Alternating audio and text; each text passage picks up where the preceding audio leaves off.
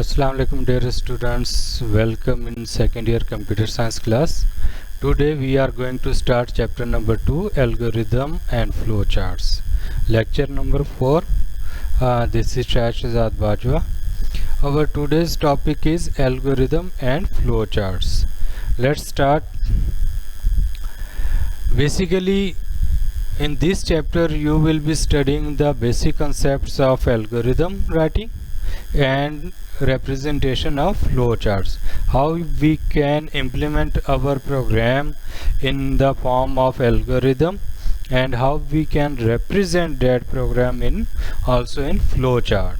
So actual term algorithm is often cited as originated from 19th century Persian mathematician Abu Abdullah Muhammad ibn Musa al-Khwarizmi. He is also known as the father of algebra. This is basically some history is given related to algorithm in this chapter. As we have discussed in our previous lecture, basic definition of algorithm is well-defined procedure that allows a computer to solve a problem. A step-by-step well-defined procedure that allows computer to solve a problem is called algorithm. So algorithm is the basic technique used in the job done. Let's follow a example for better understanding. Simple examples we can take from our daily routine life. For example, hiring a taxi. If you want to go from one place to another, there are some steps you have to follow, then we will be finished. For example, a taxi algorithm is given. First step, we also write in very simple English language, as we have discussed that algorithm is English based structure based concept, and we write this for better understanding. First step is go to the taxi stand, get in a taxi, step 2, and step 3 is give the driver my address.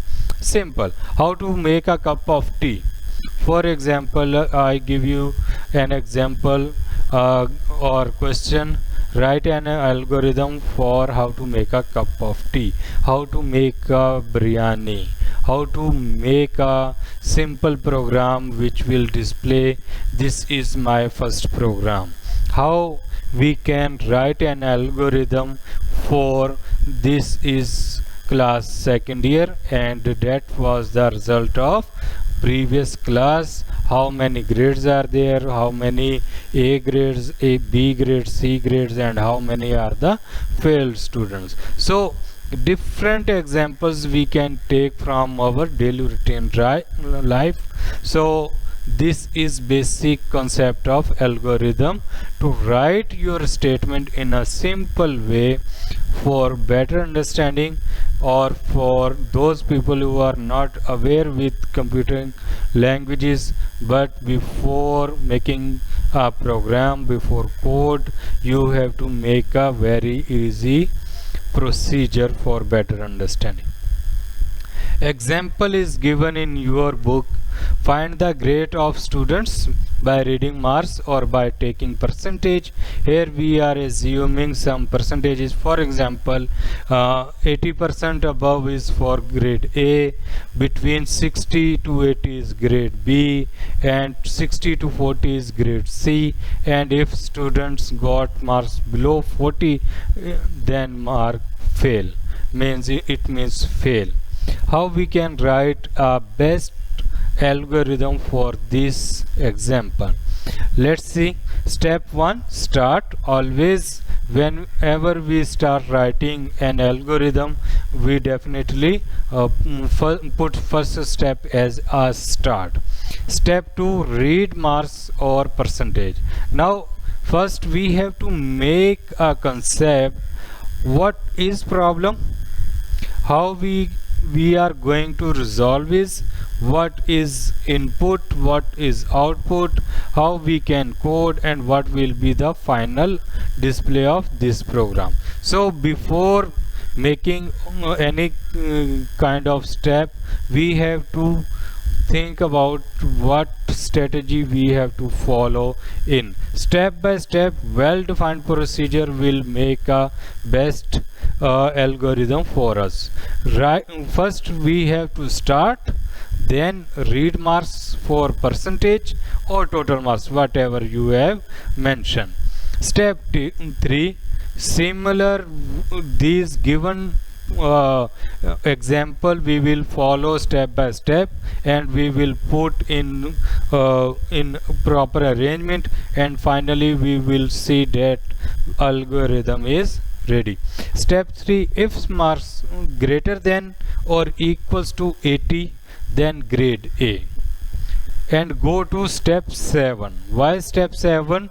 In step 7 display grade is written. So if you will find the marks greater than or equals to 80, then definitely you have to write grade A. Then step 7 display grade, and then you will come back on step number 4. If marks greater than or equals to 60 and marks less than equals to 80, then grade B, and go to step 7. Again go to step 7. Why? We have to write the answer, what either it's greater than or less than. Then step 5, if marks greater than or equals to 40 and marks less than or equals to 60, then grade C. Then go to step 7. Again we are repeating same step again and again and writing our output in step 7 display grade. And if we found less than 40, then display grade means fail, and stop and exit. This is simple example of how we write an algorithm for any grade or mark sheet. Then we have another term, pseudocode. Basically pseudocode is a simple way of writing programming code in English. Pseudocode is not actual programming language. Basically pseudo means fake. We make a fake program or fake programming in concept. We just write a statement just like a program, but it is not an actual program. So it uses short phrases to write code for programs before you actually create it in specific language. Once you know what the program is about and how it will function, then you can use pseudocode to create statements to achieve required output results for your program.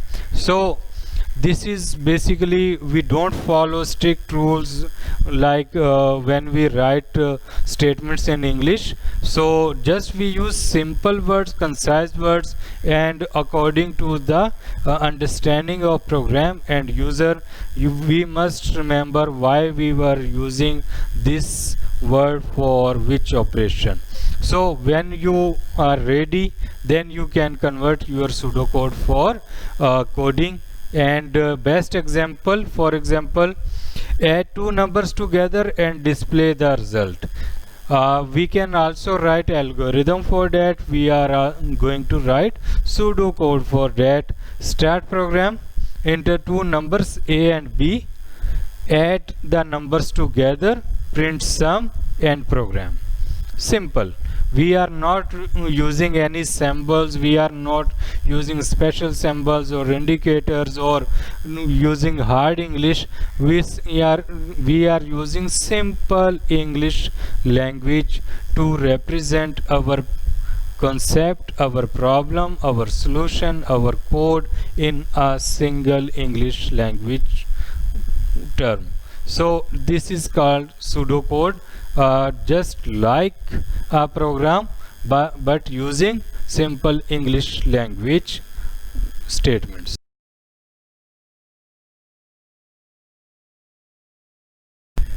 Then we have flowchart. Flowchart is simply a graphical representation of steps. It shows steps in sequential order, and it's widely used in presenting the flow of algorithm, flow of process. Simple when we are using different techniques to represent our data, then definitely we use algorithm, we are using pseudocode, we are also using flowcharts. So pictorial representation of our data is called flowchart, and different symbols we use to represent our data. Boxes, various kind of other shapes are there connecting with the arrows, and every symbol we use for different purposes. For example, start, end, input, output, process, instructions, decision, connector, arrows. Different symbols are there, but these particular symbols we only for particular operation. For input we have special symbol, for process we have special symbol, for decision we have a special symbol, and then for connecting arrows we have arrow direction. These can be right, left, up, down, and in any direction we can use arrows. And start and end we use same arrow, just we mention it's a starting point and it's a stop point. Example for flowchart. Same example I am taking as we were discussing for algorithm. Same example is there. We are finding grades less than, greater than, then percentage, grade A, B, C, and failed students. Similar we can represent this data with the help of flowchart. For example, start, read marks, check, it's a decision, then either marks less than or greater than equal 80 is, if equals to 80, then grade A. Then go to step 2 and check marks less than or equals to 80 or greater than equals to 80, greater than or equals to 60 and less than or equals to 80, then display grade B. Then marks greater than 40 and less than or equals to 60, display grade C. Either display fail, and stop. This is very simple methodology we are implementing in flowchart. So if I am not a computer literate person and I have to show my data to a user who is going to giving me a chance to make a software for this, so I can make a simple arrangement flowchart. So we have another example. Now I am combining algorithm and flowchart together. Write an algorithm and draw a flowchart to print 1 to 20 numbers, or how we can implement. For example, in algorithm, let's see step 1, initialize x equals to 0. So when we are using these kind of terms, in future you will implement in C language, then you will be understanding in better way. Always we start beginning point from 0. If value is not assigned, then assuming value or initialize value is 0, and we assume variables that can be any word like x, y, z, a, b, c, a to z, whatever we can assume. Normally we assume x, y, z, h, s, these type of words. So initialize x as 0. In same way, in flowchart you can see start step 1, initialize x less than or equals to 0, or then increment x by 1. Now x increment by 1, 0 plus 1 equals to 1, and print x, the x value is 1. Now check, there is a decision either x less than 20. If yes, then go to step 2 where increment x by 1. If no, it's equals to x equals to 20 or greater than to 20, then finish and exit. So now x value is 1, which is less than 20. It's true.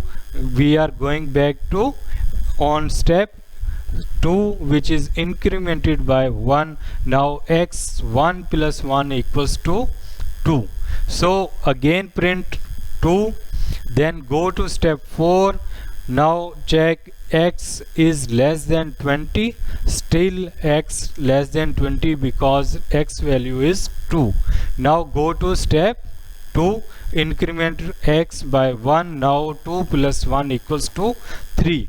So print 3, step 3, print x, then check again value, either x less than 20 or greater than 20, still x less than 20 because x value is 3. Now go to step again 2. It will continue until the value becomes equals to 20. Now x not less than 20 and or finished. This is simple way how we represent algorithm and flowchart. These things you will learn in your next upcoming chapters in detail, then you can understand in better way, but you have to understand how we make algorithm and how we convert same data in flowchart. Now types of flowcharts are there in your syllabus. There are 4 main types are given in your syllabus: sequential flowchart, branch or jump flowchart, loop flowchart, and nested loop in a flowchart. These terms we use to represent our data in flowchart form. How we can represent in sequential flowchart? This is the simplest type of flowchart involving no decision branches or loop. Simple. I will give you the examples, and there are so many examples in your book. Go through your book and you will see. For example, take a taxi. We have seen example of take a taxi. Just go to taxi stand, hire the taxi, give the address, and just move to your destination. There is no flow chart, there is no decision, and no other branches are there. This is simple flow chart. Branch or jump flow chart. Now with name we can assume there are in this tab one or more decision boxes are introduced. In action is taken depends upon the whether results or decision yes or no. Now branch or jump, definitely we give can take a result as a there is a decision that can be yes or no. So this is also its examples also are in your book. You can go through it properly. And next we have loop flow chart. In loop flow chart we represent a procedure which may be repeated a definite or indefinite number of times. For example, in last slide we were checking an example, writing number 1 to 20. We were taking decision, we were checking it is yes or no, yes or no. We were repeating same procedure again and again. This is called loop. So nested loop, loop inside the loop is called nested loop. We can represent one loop and we can also add another loop within the loop. This is called nested loop.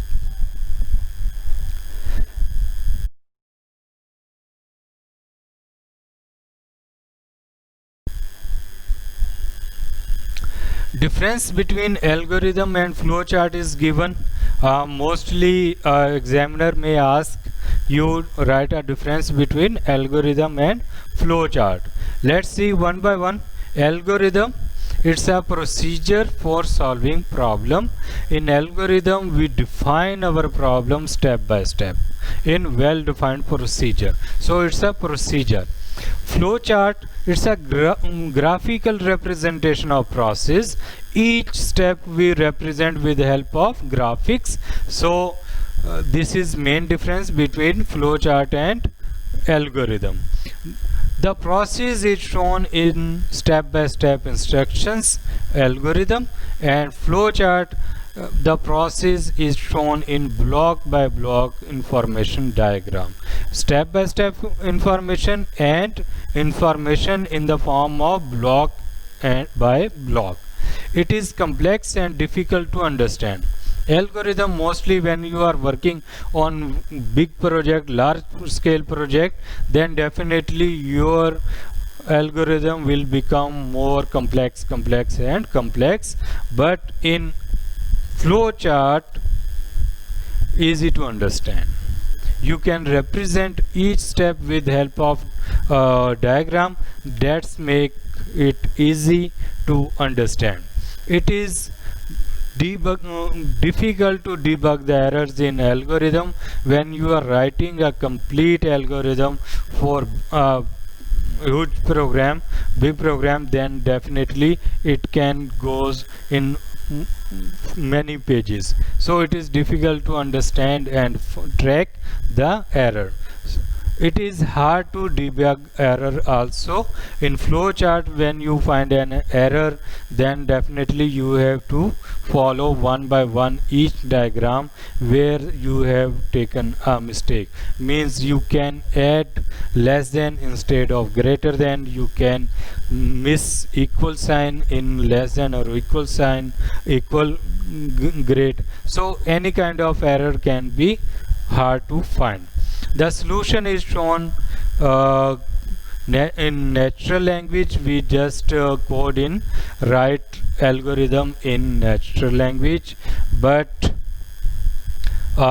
in flowchart we represent our data in pictorial format, in the graph format, and we also add so it is less cost, more cost than create algorithm.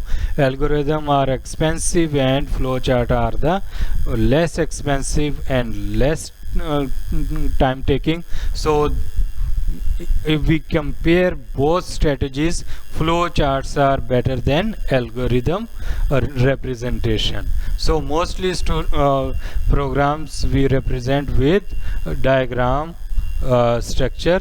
That makes much easier.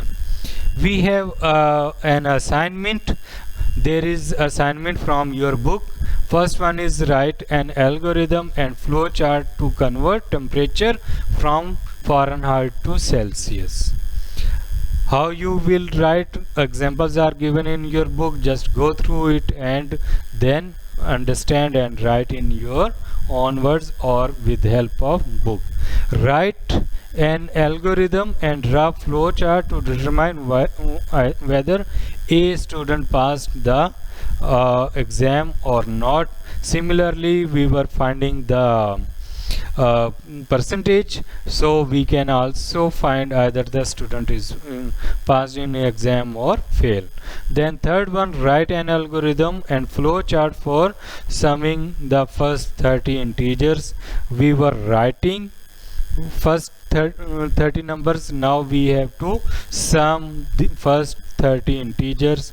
This is also simple flowchart and algorithm you can write easily. But before go through your book, study properly and read previous chapter carefully, then you will know how you can write easily.